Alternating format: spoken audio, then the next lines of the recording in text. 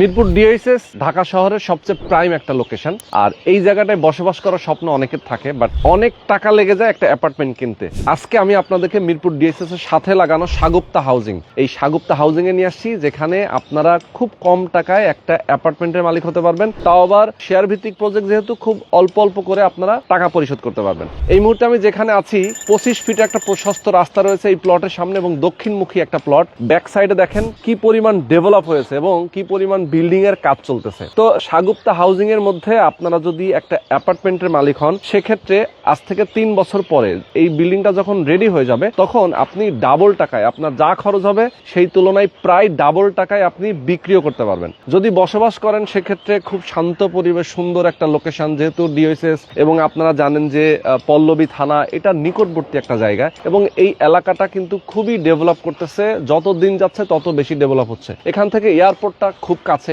এখান থেকে school, college, মসজিদ, মাদ্রাসা এবং এক কথায় আধুনিক নাগরিক যে সুযোগ সুবিধাগুলো আছে সেগুলো কিন্তু সব এই এরিয়াতে অবস্থিত। তো আজকে আমরা যে প্রজেক্টটা নিয়ে কথা বলবো, এই প্রজেক্টটার ঠিক উপরে আমি দাঁড়িয়ে আছি এবং যে কোম্পানিটা মূলত এই বিল্ডিংটা করবেন তারা হচ্ছে ডিউ ড্রপ হোল্ডিংস, এবং এই প্রজেক্টের যিনি উদ্যোক্তা আমরা তার সাথে কথা বলবো এবং বিস্তারিত জানবো। অলরেডি এখানে শেয়ার বিক্রি হয়ে গেছে অনেক বেশি, অল্প কিছু আছে আর অল্প কিছু বাকি আছে। আপনারা যদি নিয়ে নেন দ্রুত সময়ের মধ্যে নিয়ে নিতে হবে এবং তারা কাজও শুরু করে ফেলবেন। আমাদের সঙ্গে রয়েছেন এই প্রজেক্টের যিনি উদ্যোক্তা, ফয়েজ উদ্দিন ভাই। আসসালামু আলাইকুম। ভালো আছেন? আছি আলহামদুলিল্লাহ। তো ফয়েজ ভাই হচ্ছে বিশিষ্ট ব্যবসায়ী এবং উনি অনেকদিন ধরে বিজনেস করতেছেন এবং ল্যান্ড প্রপার্টির সাথে অনেকদিন ধরে আছেন। তার কাছ থেকে আমরা জানবো বিস্তারিত, এবং ওনার বেশ কয়েকটা প্রজেক্ট অলরেডি কাজ রানিং আছে, একটা হ্যান্ডওভার পর্যায়েও আছে। তার মানে দেখেন, যারা বিল্ডিং কনস্ট্রাকশন এবং শেয়ার ভিত্তিক প্রজেক্ট গুলো করে থাকেন, ম্যাক্সিমাম ক্ষেত্রে দেখা যায় অনেকেই নিউ কামার, একদম নতুন একটা জায়গায় উনি নিজে একা একা শুরু করছেন অথবা দুই একজন মিলে শুরু করছেন। সামনেই আমার একটা প্রজেক্টে যে কাজ শেষ হয়ে গেছে, যেটা আমরা আপনাদেরকে এখান থেকে কিন্তু দেখা যাচ্ছে এই যে সাদা বিল্ডিং, এটা সাথে লাগানো। তো দেখেন, যারা আসলে এক্সপেরিয়েন্স, যারা অনেকদিন ধরে এই প্রজেক্ট গুলোর সাথে যুক্ত আছেন, যারা বিল্ডিং কনস্ট্রাকশনের সাথে যুক্ত আছেন, তাদের কাছ থেকে আসলে শেয়ার কিনলে কিন্তু কোনো ধরনের ঝামেলায় পড়তে হয় না। কারণ দেখা যায় যে অনেক সময় শেয়ার হোল্ডাররা যদি একটু টাকা দিতে সমস্যায় পড়ে যায়, কিস্তি চালাতে সমস্যা হয়ে যায়, সেক্ষেত্রে ওনারাই কিন্তু অনেক সময় সেটা ব্যাকআপ দিয়ে থাকেন। তো আমি ডিটেইলে আলাপ করবো আজকে, আপনাদেরকে জানানোর চেষ্টা করবো যারা প্রবাসে আছেন, বাংলাদেশে আছেন, একটা চমৎকার লোকেশনে আপনারা কিভাবে একটা অ্যাপার্টমেন্টের মালিক হতে পারবেন, একদম A to Z ইনফরমেশন গুলো জানাবো। ভাইজান, আপনাদের এই প্রজেক্টের নামটা কি দিচ্ছেন আপনারা? এই প্রজেক্টটার নাম হলো গ্রিন হেভেন। আর এইটা হলো আমাদের ডিউ ড্রপ হোল্ডিংস এর পঞ্চম প্রজেক্ট। আচ্ছা আচ্ছা, ওকে, মানে এটা আপনাদের পঞ্চম প্রজেক্ট। আচ্ছা, এর আগে আপনারা 4টা অলরেডি করে ফেলেছেন, এর পরেও তো আরো কয়েকটা আপনারা আরো 2-3টা আমাদের নিকটবর্তী কাছাকাছি এরিয়াতে আরো আপকামিং 2-3টা প্রজেক্ট আছে। আচ্ছা আচ্ছা, আমাদের দর্শকদেরকে একটু দেখানোর চেষ্টা করবো যে দেখেন কতগুলো বিল্ডিং এখানে আছে একদম পাশাপাশি, অনেক সুন্দর। এবং আপনাদের এই প্রজেক্টের এরিয়া তো হচ্ছে রাজুক অনুমোদিত, তাই তো? মানে রাজুক থেকে অনুমোদন নিয়েই আপনারা মূলত বিল্ডিংটা নির্মাণ কাজ শুরু করবেন। আচ্ছা, ওকে। তো দেখেন, এখানে একটু আমি ইন্টারাপ্ট করি, সেটা হলো অনেকের ভিতরে একটা ভ্রান্ত ধারণা আছে যে ভ্রান্ত ধারণাটা সাগুপ্তায় প্ল্যান পাওয়া যায় না বা রাজুক অনুমোদন দেয় না, তাহলে এই যে সারাউন্ডিং এরিয়াতে অজস্র বিল্ডিং হচ্ছে কিভাবে হচ্ছে, এগুলো আসলে ভ্রান্ত ধারণা। আপনারা বাস্তবে এটা পুরোপুরি ভুল, বাস্তবিক পুরোপুরি ভুল। এখানে প্ল্যান দিচ্ছে এবং আপনারা নিজেরা রাজুকে গিয়ে খোঁজ নিতে পারেন, রাজুকে গিয়ে খোঁজ নিলেও আপনারা বুঝতে পারবেন। আচ্ছা আচ্ছা, ওকে। তো যারা আসলে দূর থেকে মন্তব্য করেন, অনেকেই না জেনে অনেকেই মন্তব্য করেন, বিল্ডিং গুলো যে হচ্ছে একটার পর একটা হচ্ছে, এটা তো আর এমনি এমনি হচ্ছে না, রাজুক থেকে পারমিশন নিয়েই আসলে করতেছে। আবার রাজুক থেকে পারমিশন না নিলে রাজুক এসে ভেঙেও দেয়। তো সেক্ষেত্রে সবকিছু নিয়মের মধ্যে রেখেই করতে হচ্ছে। আচ্ছা, তো এই যে মিরপুর ডিওএসএস, আমি যেটা কথা বললাম, মিরপুর ডিওএসএস এর 1 নম্বর গেট এবং এটা সামনে দিয়ে যে রাস্তা, এই রাস্তা কালশি হয়ে সরাসরি চলে গেছে এয়ারপোর্ট। আচ্ছা, তো এই সামনের মেইন রোডটা হচ্ছে 180 ফিটের একটা প্রশস্ত রাস্তা, আর এই রাস্তার সাথেই আপনাদের এই প্রজেক্টে ঢোকার প্রজেক্টে 60 ফিট মেইন রোডটা 60 ফিট আর কানেক্টিং রোডটা 35 ফিট। আচ্ছা, আমাদের প্রজেক্টের সামনে হলো 25 ফিট রাস্তা। আচ্ছা, আপনাদের এই প্রজেক্টে আসার জন্য 2টা রাস্তা আছে। আমি যদি একটু বলি, সেটা হচ্ছে যে মিরপুর এই যে আপনার যেটা বললাম, এটার সাথে কানেক্টিং থানা দিয়ে একটা, আর আরেকটা নতুন দিগন্ত, নবদিগন্ত বলি যেটাকে আমরা, ঠিক পল্লবী থানা থেকে কালচির মাঝ বরাবর, এটাকে বেগুনটিলা বলে, কালাপানি বলে, এদিক দিয়ে 30 ফিট রাস্তা, কামাল মজুমদার ব্রিজের ঠিক কামাল মজুমদার ব্রিজের ঠিক বাম পাশ দিয়ে নতুন আরেকটা রাস্তা ক্রিয়েট হয়েছে, আরেকটা রাস্তা আছে। আর অ্যাজ ইউজুয়ালি আরেকটা হলো যে ক্যান্টনমেন্ট, এটা যেহেতু ক্যান্টনমেন্টের খুব নিকটবর্তী জায়গা, এখানে ক্যান্টনমেন্টের সাথে সংযোগ, যেটা বালুঘাটের এয়ারফোর্সের মেইন গেট, এখানে আরেকটা কানেক্টিং ওয়ে আছে। ওকে, এগুলো 20 ফিট রাস্তা। আচ্ছা আচ্ছা, ওটা 20 ফিট রাস্তা। তার মানে হচ্ছে আমরা যেটা বলছিলাম কামাল মজুমদার দিয়ে একটা রোড, আর একটা হচ্ছে আপনার যেটা হচ্ছে পল্লবী থানার পাশ দিয়ে যে রাস্তাটা, শাহগুপ্তার মেইন যে গেট, তাই তো? এছাড়াও ডিএইচএস এর গেট থেকে 1 নম্বর গেট থেকে নতুন আরেকটা 60 ফিট রাস্তা নেমে আসছে, ওইটা দিয়েও আসতে পারতেছে, ওইটা দিয়েও এখানে আপনার এই প্রজেক্টে আসা যাচ্ছে। তার মানে অনেকগুলো রাস্তা আছে, ওয়ে অফ মানে আসার অনেকগুলো ওয়ে আছে। আর আপনার এই ভবনটা যেহেতু দক্ষিণমুখী, তার মানে দক্ষিণ ফেস, যেহেতু আলো বাতাস মানে প্রতিটা ইউনিটি পাবে, ভরপুর থাকবে, বা আলো বাতাসের প্রবাহ ঠিকমতো থাকবে। আচ্ছা, একটা জিনিস আমি বলি যে এই প্রজেক্টের এবং শাহগুপ্তার আশেপাশে মিরপুর ডিএইচএস, ক্যান্টনমেন্ট, আমি বলছিলাম স্কুল, কলেজ, হাসপাতাল, একটা মানে গোল্ডেন অপরচুনিটি। এটা এরকম যে এর পাশে বিউপি, এমআইএসটি, এর পাশে আর্ম ফোর্সেস মেডিকেল কলেজ, এগুলো হলো রিনাউন্ড বাংলাদেশের ভিতরে one of the topmost position. আচ্ছা আচ্ছা আচ্ছা, এর পাশাপাশি আছে Shahid Anwar school, Adamjee school, Kurmitola Shaheen school, তারপরে lot of cantonment beside school, যে স্কুলগুলো রিনাউন্ড, ঢাকা শহরের ভিতরে রিনাউন্ড। এই পাশে মিরপুরের ভিতরে মিরপুর ক্যান পাবলিক আছে, ঠিক আছে। সো দ্যাট এইখানে আসলে একটা শিক্ষা কেন্দ্রিক একটা বলয় বলা যায়। এখানে চারিদিকে সব শিক্ষা প্রতিষ্ঠান এবং সবগুলো রিনাউন্ড। এক্স্যাক্টলি। তা আর এই পাশ থেকে আমি যেটা বলছিলাম শুরুতে, এয়ারপোর্ট তো একদম খুব কম সময় লাগে, 10 থেকে 15 মিনিটে চলে যেতে পারবে, এয়ারপোর্ট যেতে পারবে। আর আমাদের এখান থেকে এই যে কালশি যে মেন রাস্তা, অনলি 3 থেকে 5 মিনিটের ভিতরে উঠে যেতে পারবে। যদিও আমি যদি বলি যে শাহগুপ্তার আপনাদের যে হাউজিং, এটার মধ্যে রাস্তাটা এখনো পর্যন্ত পিচ ঢালাই অথবা পাকা হয়নি, সেইটার কাজ কবে থেকে আসলে শুরু হবে? বিগত দিনগুলোতে কোনো কাজকর্ম হয়নি রাস্তাঘাটের, আমাদের যেগুলো রানিং এলাকা আছে ওখানে হয়নি। তো এখন আমরা যেটা সিগন্যাল পাচ্ছি খুব র্যাপিডলি হয়ে যাচ্ছে। আচ্ছা আচ্ছা, মানে যেহেতু আসলে গভর্নমেন্ট ছিল না মাঝখানে, নতুন গভর্নমেন্ট আসলে আসলে কাজগুলো রানিং হয়ে যাবে, মাস্টার প্ল্যানে চলে আসে। ওকে, আচ্ছা, এখন আপনারা শেয়ারগুলো দেখা যায় বিক্রি করতেছেন, কাজটা কবে নাগাদ শুরু? মূলত গত সপ্তাহে, অর্থাৎ আমি 10/11/2025 কিছু অংশ আমি জায়গা রেজিস্ট্রি করছি, কিছু সদস্য ডিমান্ড ছিল যে জায়গা রেজিস্ট্রি করে দেওয়ার জন্য, শেয়ার আমরা দিয়ে দিয়েছি, এবং আগামী ডিসেম্বরের 15 থেকে 20 তারিখের ভিতরে বাকিগুলো আমরা শেষ করে ফেলবো। আচ্ছা, আর আমাদের হাতে অল্প কিছু শেয়ার আছে, ঠিক আছে, এবং কাজ শেষ হওয়ার, রেজিস্ট্রি শেষ হওয়ার পর আমরা সর্বোচ্চ 3 থেকে 4 মাসের ভিতরে প্ল্যান নিয়ে আসবো, এবং তারপর পরই কাজ শুরু করবো।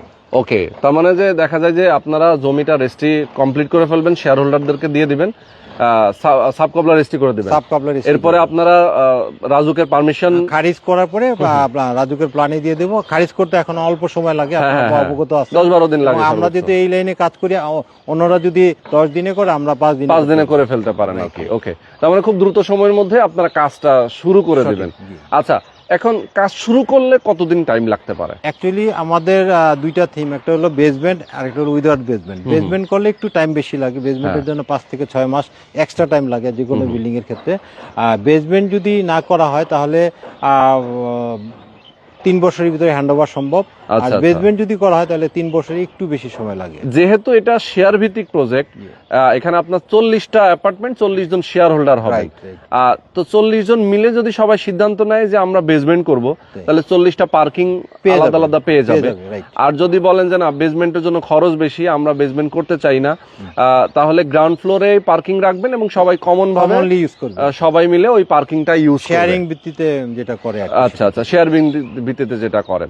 আচ্ছা, এরপরে গিয়ে দেখা যায় যে হয়তো বা আপনাদের যে কনস্ট্রাকশন যখন আপনারা শুরু করবেন, তখন যে কনস্ট্রাকশনের যে খরচটা, সেই খরচটা কেমন ভাবে দিবে, মানে মাসে মাসে দিবে নাকি আসলে ধাপে ধাপে? অ্যাকচুয়ালি আমাদের এখানে একটা কমিটি গঠন করা হয় যেটা রেজিস্ট্রেশনের পরে, এবং সাথে আমাদের ইঞ্জিনিয়ার থাকে, তারা একটা এস্টিমেটেড বাজেট দেয়। সেই বাজেটের এগেইনস্টে যখন পাইলিং হয় তখন একটা ভালো অ্যামাউন্ট লাগে, এটা ডিপেন্ডিং অন দা কতটুকু আমার ডেপথ হবে।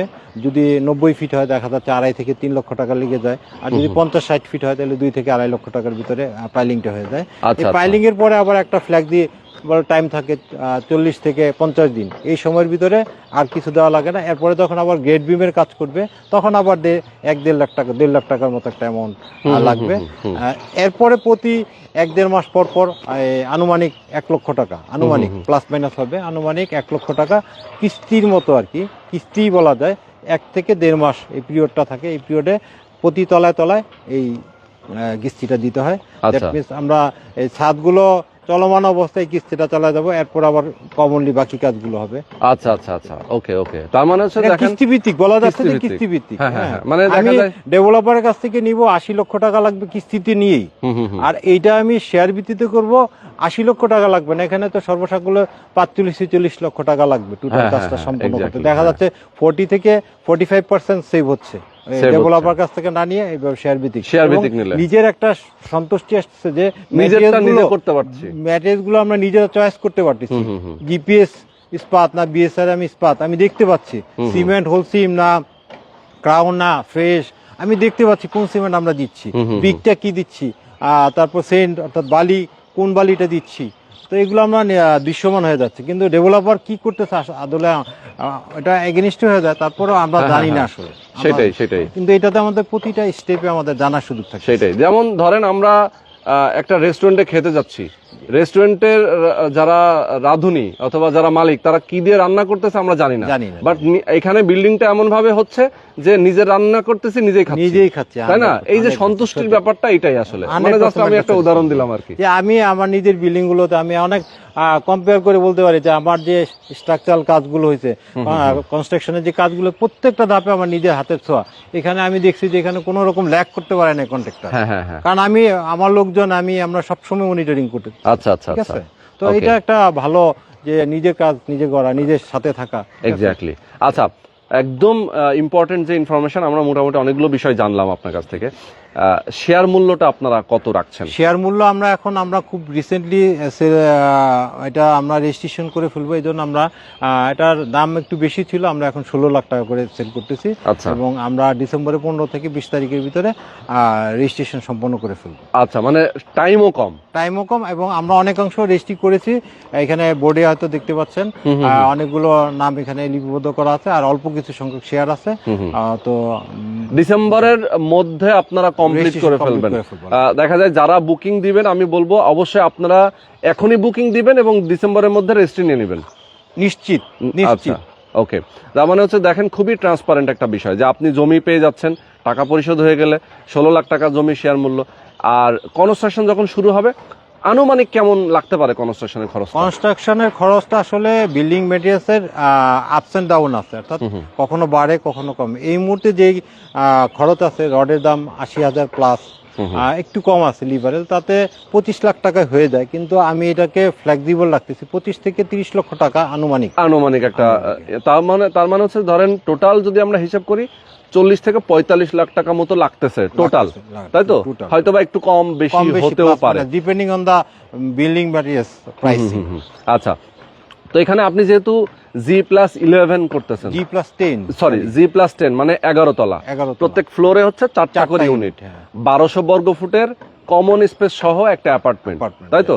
লিফট থাকবে কয়টা এখানে?